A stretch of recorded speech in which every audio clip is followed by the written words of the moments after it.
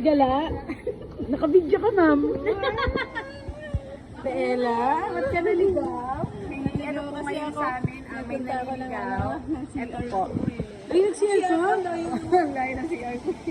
Hindi, gusto lang yung pera bumala. Oo nga. Meron lang ulo nga Oo. Okay lang, Bella, okay lang na maglakad-lakad ka kasi para naman... Wala kasi ganun sa Oo, wala kasing tao ngayon. Duty ka daw dito, tayo. Ay, dami niyang tinda. Yay! Siyempre, di pa sila naglalabasan eh. Hindi pa naglalabasan. Pero nag-ano na sila, business. Tapos na. Oo, kasi konti lang yung mga bata ngayon. Nag-field trip, tapos nag-field trip.